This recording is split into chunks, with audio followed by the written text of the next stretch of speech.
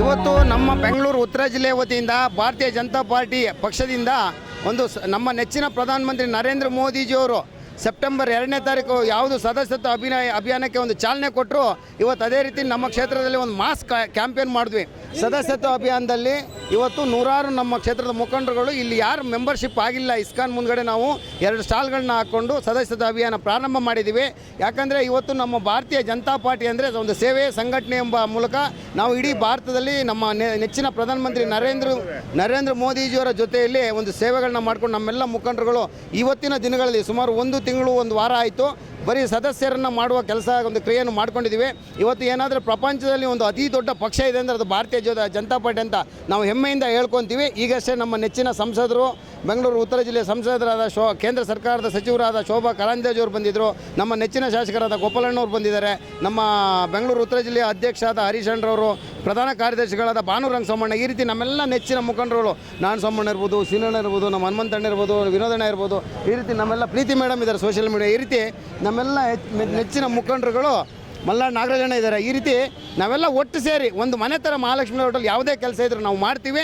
ಈ ಸರಿನೂ ಕೂಡ ಪ್ರಪಂಚದಲ್ಲೇ ನಮ್ಮ ಪಕ್ಷ ಅತಿ ಹೆಚ್ಚಿನ ಒಂದು ಸದಸ್ಯರನ್ನು ಹೊಂದ್ಕೊಂಡು ಭಾರತೀಯ ಜನತಾ ಪಾರ್ಟಿ ಅಂದರೆ ಇಡೀ ಪ್ರಪಂಚಕ್ಕೆ ವಿಶೇಷವಾದ ಪಕ್ಷ ಆಗ್ತದೆ.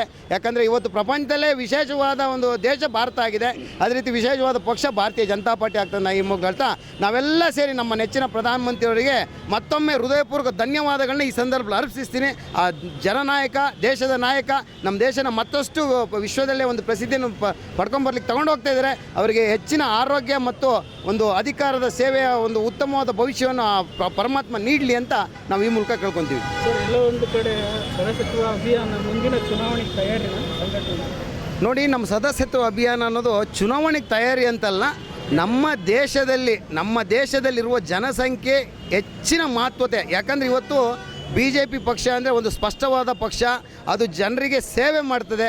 ಸಂಘಟನೆ ಮಾಡಬೇಕು. ಯಾಕೆ ಮೆಂಬರ್ಶಿಪ್ ಅಂದರೆ ಚಂದ್ರಣ್ಣ, ಸಂಘಟನೆ ಮಾಡಲಿಕ್ಕೋಸ್ಕರ. ಸಂಘಟನೆ ಎಷ್ಟು ಮಾಡ್ತೀವಿ ಅಷ್ಟೇ ಸೇವೆ ಮಾಡ್ತೀವಿ ಅಂತ. ಆ ಸೇವೆಗೋಸ್ಕರ ಸೇವೆ ಜಾಸ್ತಿ ಆಗೋದಕ್ಕೋಸ್ಕರ ಮೆಂಬರ್ಶಿಪ್ ಮಾಡ್ತಾಯಿದ್ವಿ. ಸದಸ್ಯತ್ವ ಅಭಿಯಾನನೇ ಸೇವೆ ಜಾಸ್ತಿ ಮಾಡಲಿಕ್ಕೆ ಮಾಸ್ ಮೆಂಬರ್ಶಿಪ್ ಡ್ರೈವ್ ಅಂದರೆ ಮಾರ್ಕೆಟು, ದೇವಸ್ಥಾನ, ಮಾಲ್ಗಳು ಮತ್ತು ಕೆಲವೊಂದು ಕಡೆ ಜನಬಿಡಿ ಪ್ರದೇಶ, ಬಸ್ ಸ್ಟಾಪ್ಗಳು, ಇಂಥ ಜಾಗದಲ್ಲಿ ಮಾಡೋಕ್ಕೆ ನಮಗೆ ಇನ್ನೂ 15 ದಿನಗಳ ಕಾಲ ಇದೆ. ಇವತ್ತು ನಮ್ಮ ಉತ್ತರ ಜಿಲ್ಲೆಯ ಇದು ಸಾಮಾಜಿಕ ಜಾಲತಾಣ ಮತ್ತು ನಮ್ಮ ಯುವ ಮೋರ್ಚಾ ಅವರು ಸೇರಿ ಒಂದು ಚಾಲನೆ ಇಲ್ಲಿ ಕೊಟ್ಟಿದ್ದೀವಿ. ಇನ್ನೆಲ್ಲ ಕಾನ್ಸ್ಟಿಟ್ಯೂನ್ಸಿಲಿ ಯಾವುದ್ಯಾವುದು ಮಾಲ್ಗಳಿದೆ, ಯಾವುದ್ಯಾವ್ದು ದೊಡ್ಡ ದೇವಸ್ಥಾನಗಳಿದೆ, ಯಾವ್ಯಾವ ದೊಡ್ಡ ಹಾಸ್ಪಿಟ್ಲ್ಗಳಿದೆ, ಯಾವುದ್ಯಾವುದು ದೊಡ್ಡ ಡಿಗ್ರಿ ಕಾಲೇಜ್ಗಳಿದೆ, ಅಲ್ಲೆಲ್ಲ ಹೋಗಿ ಈ ಮೆಂಬರ್ಶಿಪ್ನ ಮಾಡೋ ಅಂಥ ಗುರಿ. ನಮ್ಮ ಗುರಿ ಈಗಾಗಲೇ ನಾವು 5 ಲಕ್ಷ ನಮ್ಮ ಜಿಲ್ಲೆಯಿಂದ ಮಾಡಿದ್ದೀವಿ. ಬರುವಂಥ 15 ದಿನದಲ್ಲಿ ನಾವು 10 ಲಕ್ಷ ಮಾಡಬೇಕು ಅಂತ ನಮ್ಮ ಗುರಿ ಇದೆ.